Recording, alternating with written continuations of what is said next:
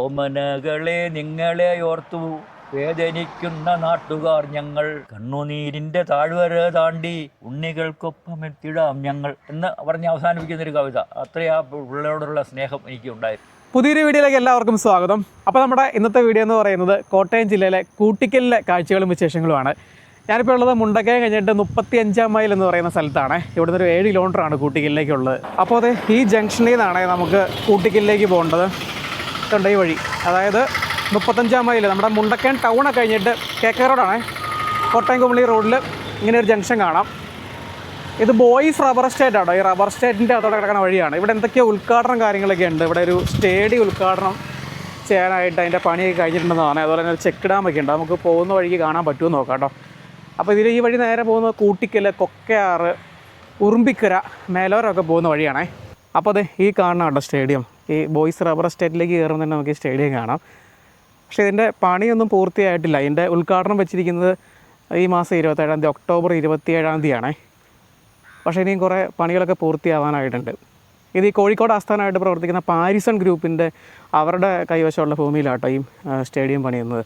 അപ്പോൾ ഞാൻ പറഞ്ഞ ചെക്ക് ഡാമിൻ്റെ പണിയൊന്നും നിലവിൽ തുടങ്ങിയിട്ടില്ല കേട്ടോ. അതിൻ്റെ നിർമ്മാണ ഉദ്ഘാടനമാണ് ഈ സ്റ്റേഡിയം ഉദ്ഘാടനം ചെയ്യുന്ന ഒരു സെയിം ദിവസം തന്നെ നടക്കാൻ പോകുന്നത്. അപ്പോൾ അതിനുശേഷമാണ് അതിൻ്റെ പണി ആരംഭിക്കുകയുള്ളൂ. അപ്പോൾ ബോയ്സ് റബ്ബർ എസ്റ്റേറ്റിൻ്റെ അകത്തോടെ പോകുന്ന ഈ റോഡ് നോക്കിയേ, നല്ല കിട്ടിലൻ വഴിയാണ്. റബ്ബറൈസ്ഡ് ടാറിങ് ഒക്കെ ചെയ്തിട്ട് നല്ല വീതിയൊക്കെ ഉണ്ട് കേട്ടോ. അപ്പോൾ ഒരു മാസം മുന്നെയാണ് നമ്മൾ ഈ ബോയ്സ് റബ്ബർ എസ്റ്റേറ്റിൻ്റെ ഒരു വീഡിയോ ചെയ്തത്. കൊടുകുത്തിയിൽ വന്നിട്ട് ആ താഴ്വാരത്തുള്ള ഗ്രാമത്തിലേക്കൊക്കെ പോയിട്ടുണ്ടായിരുന്നല്ലോ. അപ്പോൾ ഇപ്പോൾ നമ്മൾ വേറെ ഒരു ഡയറക്ഷനിലൂടെയാണ് പോയിക്കൊണ്ടിരിക്കുന്നത് കേട്ടോ. അപ്പോൾ നല്ല മഴയാണ്. കുറച്ച് ദിവസമായിട്ട് രാവിലെ തന്നെ നല്ല മഴയായിരുന്നു കേട്ടോ. ഇങ്ങനെ ഇപ്പോഴാണ് ചെറിയൊരു ശമനമൊക്കെ വന്നിങ്ങനെ അന്തരീക്ഷമൊക്കെ ഒന്ന് മൊത്തം തെളിഞ്ഞത്. ഈ തുലാമഴയാണേ. തുലാമഴ നമുക്ക് എന്താ പറയുക, പരമ്പരാഗതമായിട്ട് കിട്ടിക്കൊണ്ടിരിക്കുന്ന ഒരു തുലാമഴയല്ല. ഞാൻ ആ വാക്ക് ഉപയോഗിക്കാനുള്ള കാരണം ചില തുലാമഴ എന്ന് പറഞ്ഞാൽ ശരിക്കും ഈ ഉച്ച കഴിഞ്ഞിട്ട് ഇടിയോടുകൂടി പെയ്യണ മഴയില്ല. ഇപ്പം മഴയ്ക്ക് അങ്ങനെ സമയം കാലമൊന്നുമില്ല.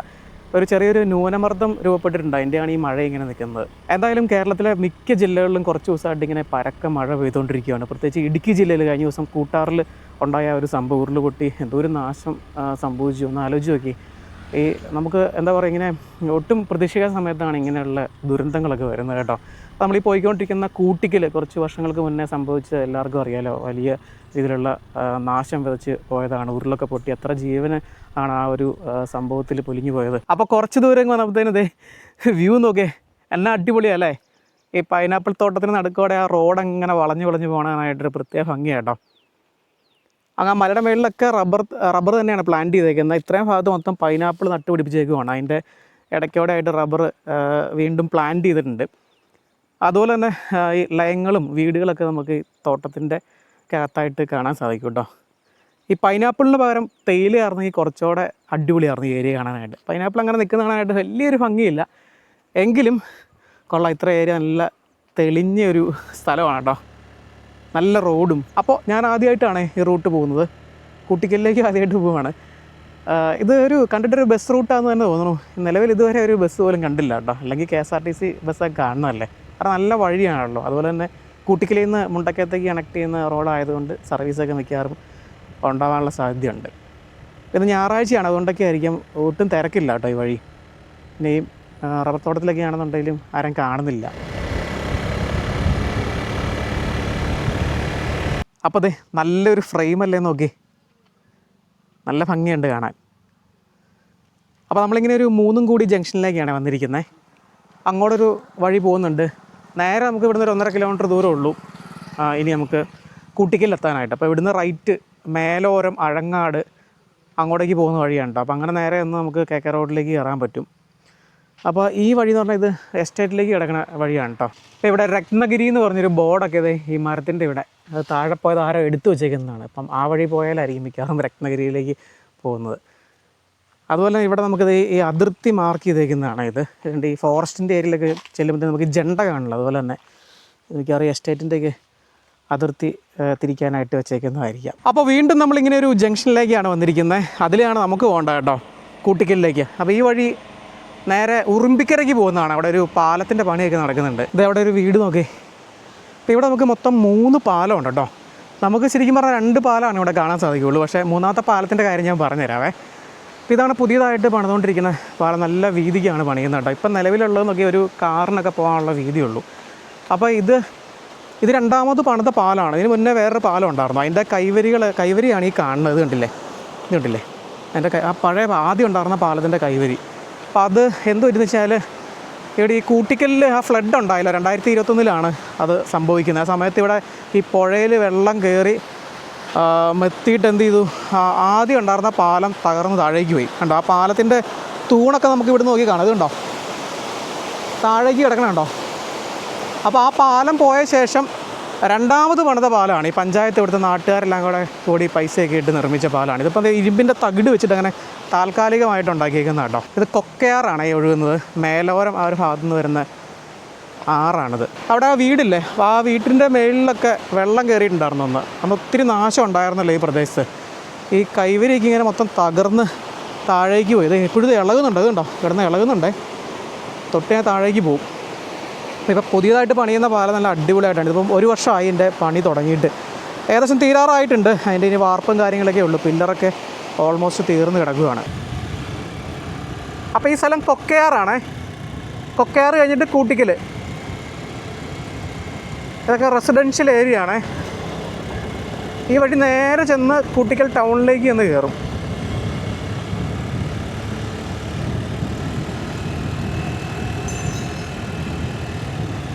ഇവിടേക്ക് അന്ന് വെള്ളം പൊങ്ങിയതാണ് കേട്ടോ, ആ 2021 ഫ്ലഡിൻ്റെ ടൈമിൽ.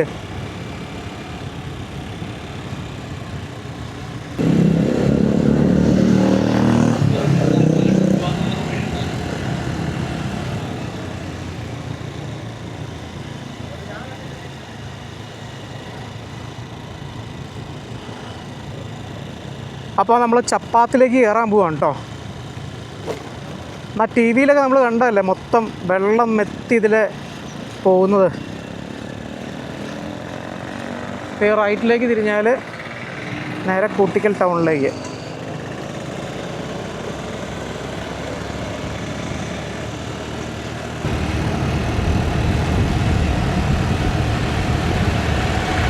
അപ്പോൾ ഞാനിവിടെ കൂട്ടിക്കലിൽ വെച്ചൊരു ചേട്ടനെ പരിചയപ്പെട്ടു. ജേക്കബ് ചേട്ടല്ലേ? ജേക്കബ് ജോർജ്. ഞാനൊരു കർഷകനാണ്. പക്ഷേ ഒരു 50 വർഷമായിട്ട് പൊതുപ്രവർത്തന രംഗത്താണ്. പിന്നെ ഗ്രന്ഥശാല പ്രവർത്തന രംഗത്തുണ്ട്. ഇവിടെ ഈ ഫ്ലഡ് 2021 ഞാൻ 2021 ഒക്ടോബർ 16 ശനിയാഴ്ച. അതൊക്കെ ശരിക്കും ഓർക്കുന്നുണ്ടോ? ഉണ്ട്. മറക്കാൻ പറ്റില്ല അല്ലേ? മറക്കാൻ പറ്റില്ല. ഇവിടെ ടൗണിലൊക്കെ ഒന്ന് വെള്ളം കയറിയായിരുന്നോ? ടൗണിൽ ഇതാണ് പഞ്ചായത്ത് ഓഫീസ്, അങ്ങോട്ട് നോക്കി കാണാം. ആ പഞ്ചായത്ത് ഓഫീസിന്റെ 12 അടി ഉയരത്തിൽ വെള്ളം കയറി. അയ്യോ, അത്രയും വെള്ളം കയറി. അപ്പൊ ഇവിടെ എല്ലാം കായൽ പോലെ. അത് ഉരുള് പൊട്ടിയിട്ട് സംഭവിച്ചല്ലേ? അതിന് 2 വശങ്ങളുണ്ട്. ഒന്ന്, നാടിന്റെ നാനാഭാഗത്തുനിന്നും ഉരുള് പൊട്ടി. അതായത് പിന്നെ അങ്ങോട്ട് പോവുകയാണെങ്കിൽ ചാത്തമ്പലാപ്പള്ളി, വിലാപ്പള്ളി, കൊടുങ്ങ, ഇളങ്കാട്, മ്ലാക്കര മുതലായ പ്രദേശങ്ങളിൽ നല്ല ഉരുള് ഒരേ സമയത്ത് പല ഉരുളുകൾ പൊട്ടും. ഇവിടെ ഇതുപോലെ വെള്ളം കയറാൻ അതിൻ്റെ ഇടയായത് ഇവിടെ ഈ പഞ്ചായത്ത് ഓഫീസിന് തൊട്ടപ്പുറത്ത് അക്കരയ്ക്കുള്ള ഒരു പാലമുണ്ട്. അതായത് പുല്ലകയാറിന് കുറുകെ ഒരു പാലമുണ്ട്. പഴയ 1950കളിൽ നിർമ്മിച്ച പാലമാണ്. ആ പാലത്തിൻ്റെ 3 വിങ്ങുകളാണുള്ളത്. അതായത് 2 തൂണും 3 നടത്തൂടെ വെള്ളം ഒഴുകുന്നത്. അതിൽ 2 വിങ്ങും ചെത്തുപനയില്ലേ, ചെത്തുപന ഉൾപ്പെടെയുള്ള വൃക്ഷങ്ങൾ കടപുഴകി വന്ന് ഇങ്ങനെ അടഞ്ഞ് ഫ്ലോയിങ് തടസ്സപ്പെട്ടു. അങ്ങനെ വന്നപ്പോൾ റോഡിലോട്ട് PWD റോഡിലോട്ട് വെള്ളം കുത്തിയൊലിച്ച് കയറി ഇങ്ങനെ പതിഞ്ഞ് പൊങ്ങി. ഇതേ സമയത്ത് തന്നെ മാക്കോച്ചിമല എന്ന് പറയുന്ന കൊക്കയാർ പഞ്ചായത്തിലെ ഇവിടുന്ന് 1 കിലോമീറ്റർ അപ്പുറത്താണ്, അവിടെയും ഉരുൾ പൊട്ടി. അപ്പോൾ അങ്ങനെ വന്നപ്പോൾ ഇവിടുത്തെ വെള്ളത്തിന് അങ്ങോട്ടും പോകത്തില്ല. അങ്ങനെ അവിടെയും വെള്ളം ഉയർന്ന് ഇങ്ങനെ ഇവിടെ ഒരു കായൽ, അതായത് ഒരു 2 കിലോമീറ്റർ വ്യാസമുള്ള ഒരു കായൽ പോലെ കൂട്ടിക്കൽ അങ്ങോട്ട്. അത് ചിന്തിക്കാൻ പറ്റില്ല. അത് ഒരു 2021 ഒക്ടോബർ 16 ഒരു ശനിയാഴ്ച രാവിലെ 7 മണിക്ക് ചാറ്റൽ മഴ ആരംഭിച്ചു. പടിപടിയായിട്ട് ആ മഴ ശക്തി പ്രാപിച്ച് ഒരു 10-10:30 അതിശക്തമായ മഴ തീവ്രമഴയായിട്ട് രൂപാന്തരപ്പെട്ടു. അന്നേരം മുതൽ ഉരുൾപൊട്ടാൻ തുടങ്ങി. ഏറ്റവും അവസാനം ഞാൻ താമസിക്കുന്നത് ഇവിടുന്ന് ഒരു 5 കിലോമീറ്റർ അകലെ കാവാലി പ്രദേശത്താണ്. അപ്പോൾ എൻ്റെ വീടിൻ്റെ ഒരു 1/2 കിലോമീറ്റർ അടുത്തുള്ള ഒരു കുടുംബം, അവർ തോടിൻ്റെ ഒരു 50 മീറ്റർ മുകളിലാണ് താമസിക്കുന്നത്. തോട്ടിൽ നിന്ന് വന്ന കയറുകയില്ല. പക്ഷേ അന്ന് ഒരു 6 അമ്മ, മകൻ്റെ ഭാര്യ, 3 കുട്ടികൾ, 3 പെൺകുട്ടികൾ, അവർ 6 പേരടങ്ങുന്ന ഒരു കുടുംബം ഉച്ചഭക്ഷണം കഴിച്ച് കൊണ്ടിരിക്കുന്ന ഒരു സമയത്ത്, അതായത് 1:15 കഴിഞ്ഞു. എന്നാൽ അവരുടെ വീടിൻ്റെ ഒരു 70 മീറ്റർ മുകളിൽ വലിയതായിട്ട് ഈ ക്ലൗഡ് ബോംബിങ്, അതായത് മേഘവിസ്ഫോടനം ഉണ്ടായി. വെള്ളവും മണ്ണും കൂടെ കുത്തിയൊഴുകി അവരുടെ വീട് ഉൾപ്പെടെ 6 പേരും വെള്ളത്തിൽ ഒളിച്ചു പോയി. അത് കാവാലി ഭാഗം. ലാപ്പള്ളി ഭാഗം എന്ന് പറയുന്നത് അതും ഈ 3-ാം വാർഡിൽപ്പെട്ടതാണ്. കാവാലും ലാപ്പള്ളി ഭാഗത്ത് 4 പേര്, ഒരു അമ്മയും മകനും വേറെ 2 സ്ത്രീകളും ഒളിച്ചുപോയി. അങ്ങനെ 10 പേര്. പിന്നെ 3 ഒറ്റപ്പെട്ട മരണങ്ങൾ. ഇളങ്കാട് ഭാഗത്ത് 3 പേര് മരിച്ചുപോയി, ഒരു പുരുഷനും 2 സ്ത്രീയും. അങ്ങനെ 13 പേരാണ് ഈ ദുരന്തത്തിൽ അപകടപ്പെട്ട്. ANDR ലൈബ്രറി, കൂട്ടിക്കൽ ത്രിവേണി ലൈബ്രറിയിലൊക്കെ അന്ന് വെള്ളം കയറി. എല്ലാ പുസ്തകങ്ങളെല്ലാം നാശമായി. പഞ്ചായത്ത് ലൈബ്രറി ഉണ്ടായിരുന്നു, പഞ്ചായത്ത് ലൈബ്രറിയിലും വെള്ളം കയറി. അങ്ങനെ 3 ലൈബ്രറിയിലെ പുസ്തകങ്ങൾ മൊത്തം നശിച്ചുപോയി. പറയുമ്പം സഹിക്കാനൊക്കത്തില്ല. കാരണം എൻ്റെ കൊച്ചുമക്കളുടെ കൂടുതൽ പഠിച്ചുകൊണ്ടിരുന്ന പിള്ളേരാണ് ഈ കാവാലിയിൽ ഒട്ടലാങ്കൽ വീട്ടിലെ 3 പെൺകുട്ടികൾ. അന്ന് 13, 11, 9 വയസ്സുള്ള പ്രായമുള്ള 3 പെൺകുട്ടികൾ. ഈ കടകളൊക്കെ എന്നിട്ട് പുതുക്കി പണിതാണ് എല്ലാം. അത് കഴിഞ്ഞിട്ട് ഒരു വീണ്ടെടുപ്പ് ഇതെല്ലാം തകർന്നു പോയതാ. പിന്നെ ഗവൺമെന്റ്, വിവിധ സന്നദ്ധ സംഘടനകൾ, അതിനകത്ത് എല്ലാ രാഷ്ട്രീയ പാർട്ടികളുടെയും സന്നദ്ധ സംഘടനകൾ, എല്ലാ മതസംഘടനകളുടെയും സന്നദ്ധ സംഘടന മാസങ്ങളോളം വന്ന് വീടുകളെല്ലാം ക്ലീൻ ചെയ്ത്. പിന്നെ ഗവൺമെന്റ് ആണെങ്കിൽ വീട് തകർന്നു പോയവർക്ക് വീട് വെക്കാൻ 4 ലക്ഷം, ഒരാൾ മരിച്ചാൽ പിന്നെ 6 ലക്ഷം, 4 പേര് മരിച്ചാൽ 6 നാൾ 24 ലക്ഷം. ആ രീതിയിലെല്ലാം കൃത്യമായിട്ട് കണക്ക് കൂട്ടി നാശനഷ്ടങ്ങൾക്ക് ആനുപാതികമായ പിന്നെ നഷ്ടപരിഹാരം എല്ലാം കൊടുത്ത് ഇപ്പോൾ 4 വർഷം കൊണ്ട്, വാസ്തവം പറഞ്ഞാൽ അന്നത്തെ ആ ഒരു സംഭവം അറിയാവുന്ന ആളുകൾക്ക് ഇതെങ്ങനെ സാധിച്ചു. അതായത് ഞാൻ ഒരു വായനക്കാരനാണ്. അപ്പം ഞാൻ വായിച്ചിട്ടുണ്ട് ഈ ഈജിപ്ഷ്യൻ ഇതിഹാസങ്ങളിലെ ഫീനിക്സ് പക്ഷിയെ പറ്റി കേട്ടിട്ടുണ്ട്. സ്വന്തം ചാമ്പലിൽ നിന്ന് ഉയർന്നു വരുന്നത് പോലെ അതുപോലെ കൂട്ടിക്കൽ ഉയർന്നു വന്നു. ഇപ്പം അന്ന് അങ്ങനെ ഒരു അപകടം ഉണ്ടായിരുന്നു ആരും സമ്മതിക്കത്തില്ല. പക്ഷേ കൃത്യമായിട്ട് എനിക്കിപ്പോൾ 80 വയസ്സ് കഴിഞ്ഞു. എനിക്ക് അതിൻ്റെ ഓരോ ചലനങ്ങളും ഞങ്ങൾ രക്ഷപ്പെടുമെന്ന് ഒരിക്കലും ഓർത്തതല്ല, ഇനി കൂട്ടിക്കൽ ഇങ്ങനെ ഉണ്ടാവുമെന്ന് ഓർത്തതല്ല. അപ്പോൾ അതാ ഞാൻ ആ ഫീനിക്സ് പക്ഷിയുടെ എടുത്തു പറഞ്ഞത്. ഇങ്ങനെ ഒരു ഉയർത്തെഴുന്നേൽപ്പ് നമ്മൾ ഒരിക്കലും സങ്കല്പിച്ചിട്ടില്ല.